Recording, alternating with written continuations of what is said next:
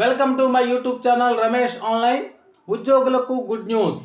ఉద్యోగులకు పింఛనుగా చిట్ట చివరి జీతంలో 50%. బడ్జెట్లో ప్రతిపాదన. ఆ వివరాలేంటో ఒకసారి ఈ వీడియోలో చూసేద్దాం. చూసే ముందుగా ఫ్రెండ్స్ ఎవరైనా ఇంకా మన ఛానల్ని సబ్స్క్రైబ్ చేసుకోకపోతే వెంటనే సబ్స్క్రైబ్ చేసుకోండి. ఇక విషయానికి వచ్చినట్లయితే పింఛనుగా చిట్ట చివరి జీతంలో 50%. కేంద్ర ప్రభుత్వ ఉద్యోగుల కోసం బడ్జెట్లో ప్రతిపాదన.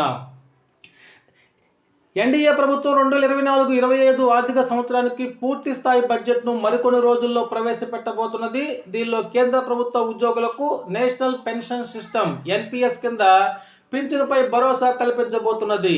కేంద్ర ప్రభుత్వ ఉద్యోగి తీసుకునే చిట్ట చివరి జీతంలో 50% సొమ్మును పింఛనుగా చెల్లించే విషయం పరిశీలనలో ఉంది. ఫైనాన్స్ సెక్రటరీ టీవీ సోమనాథన్ నేతృత్వంలో ఏర్పాటైన కమిటీ పలు విధానాలు, అదేవిధంగా ఏపీ ప్రభుత్వం అమలు చేస్తున్నటువంటి సర్దుబాట్లను కూడా పరిశీలిస్తోంది. చిట్ట చివరి జీతంలో 50% సొమ్మును పింఛనుగా చెల్లిస్తామనేటువంటి హామీ ఇవ్వడంపై ఏకాభిప్రాయం వస్తున్నది.